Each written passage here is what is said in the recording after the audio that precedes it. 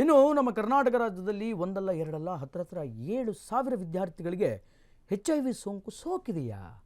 ಯಾಕೆಂದರೆ ಸೋಷಿಯಲ್ ಮೀಡಿಯಾದಲ್ಲಿ ಈ ಸುದ್ದಿ ಸಿಕ್ಕಾಪಟ್ಟೆ ವೈರಲ್ ಆಗ್ತಾ ಇದೆ. ಒಂದಲ್ಲ ಎರಡಲ್ಲ 7,000 ವಿದ್ಯಾರ್ಥಿಗಳಿಗೆ HIV ಸೋಕೋದು ಅಂದ್ರೇನು? ರಾಜ್ಯಾದ್ಯಂತ ಹಲ್ಚಲ್ ನಡೀತಾ ಇದೆ, ಹಲ್ಚಲ್ ಎಬ್ಬಿಸ್ತಾ ಇದೆ ಈ HIV ಸೋಂಕಿನ ಸುದ್ದಿ. ಇದು ಸೋಷಿಯಲ್ ಮೀಡಿಯಾದಲ್ಲಿ ಭಾರಿ ದೊಡ್ಡ ಪ್ರಮಾಣದ ಸುದ್ದಿಯಾಗಿ ವ್ಯಾಪಕವಾಗಿ ಚರ್ಚೆಯಾಗ್ತಾ ಇದೆ. ರಾಜ್ಯದಲ್ಲಿ 7,000 ವಿದ್ಯಾರ್ಥಿಗಳಿಗೆ HIV ಸೋಂಕು ಸೋಕಿದೆಯಾ? ಸೋಷಿಯಲ್ ಮೀಡಿಯಾದಲ್ಲಿ ವೈರಲ್ ಆಗ್ತಾ ಇದೆ ಈ ಸುದ್ದಿ. ಸೋಷಿಯಲ್ ಮೀಡಿಯಾದಲ್ಲಿ ವೈರಲ್ ಆಗ್ತಾ ಇದೆ. ರಾಜ್ಯಾದ್ಯಂತ ಹಲ್ಚಲ್ ಎಬ್ಬಿಸಿದೆ ಈ HIV ಸೋಂಕಿನ ವರದಿ ಸುದ್ದಿ.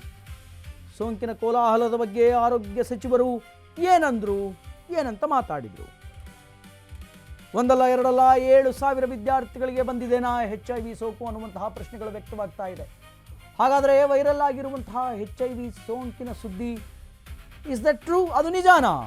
ಇದು ನಿಮ್ಮ ಅಶ್ವವೇಗ ನ್ಯೂಸಿನ ಎಕ್ಸ್ಕ್ಲೂಸಿವ್ ಸ್ಟೋರಿ. ಇದು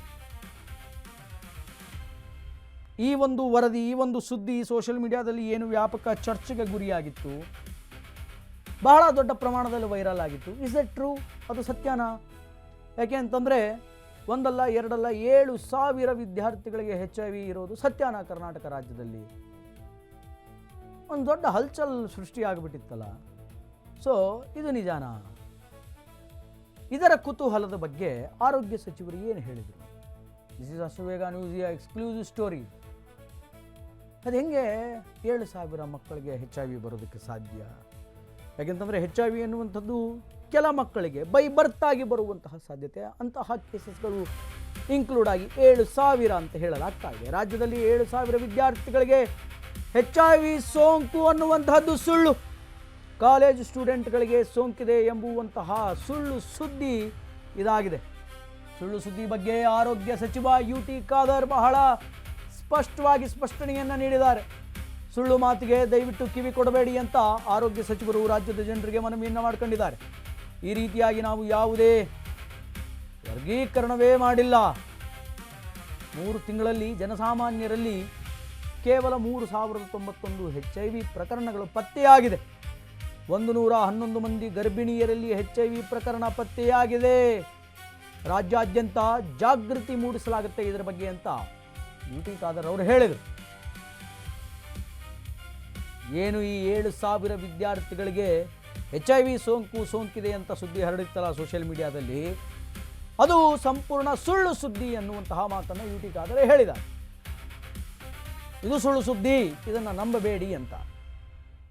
ಸುಳ್ಳು ಮಾಹಿತಿಗೆ ದಯವಿಟ್ಟು ಯಾರೂ ರಾಜ್ಯದ ಜನ ಕಿವಿ ಕೊಡಬಾರದು. ಹಂಗೇನಾದರೂ ಇದ್ದರೆ ನಾವೇ ತಿಳಿಸ್ತೀವಿ. ನಾವೇ ಎಲ್ಲ ರೀತಿಯ ಪರಿಶೀಲನೆ ಮಾಡಿ ನೋಡಿದಾಗ 3,091 ಜನರಿಗೆ HIV ಇರೋದು ಪತ್ತೆಯಾಗಿದೆ. ಅದರಲ್ಲಿ 111 ಜನ ಗರ್ಭಿಣಿಯರಿದ್ದಾರೆ. ಗರ್ಭಿಣಿಯರಿಗೆ HIV ಪತ್ತೆಯಾಗಿರುವಂಥದ್ದು ನಮ್ಮ ಲೆಕ್ಕದಲ್ಲಿದೆ. ಅದು ಏನು 3,091 3 ತಿಂಗಳಲ್ಲಿ ಆಗಿರುವಂಥದ್ದು. ಈ 111 ಕೂಡ 3 ತಿಂಗಳು ಜನ ಗರ್ಭಿಣಿಯರ HIV ಪ್ರಕರಣಗಳು 3 ತಿಂಗಳಲ್ಲಿ ಸಿಕ್ಕಿರುವಂಥದ್ದು. ಆದ್ದರಿಂದ ಇದು ಫೇಕ್ ನ್ಯೂಸ್, ಸುಳ್ಳು ಸುದ್ದಿ.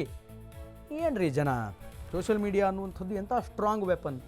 ಅದನ್ನು ಒಳ್ಳೆಯ ವಿಚಾರಕ್ಕೆ, ಸದ್ವಿಚಾರಕ್ಕೆ ಬಳಸ್ಕೊಳ್ಳೋದು ಬಿಟ್ಟು ಕೆಲಸಕ್ಕೆ ಬರಲಾರದ ವಿಚಾರಗಳನ್ನು ಅದರಲ್ಲಿ ವೈರಲ್ ಮಾಡಿಕೊಂಡು ಕೂತ್ಕೊಂಡು ಜನರನ್ನು ಪ್ಯಾನಿಕ್ ಆಗುವಂತೆ ಮಾಡ್ತಾರಲ್ಲ.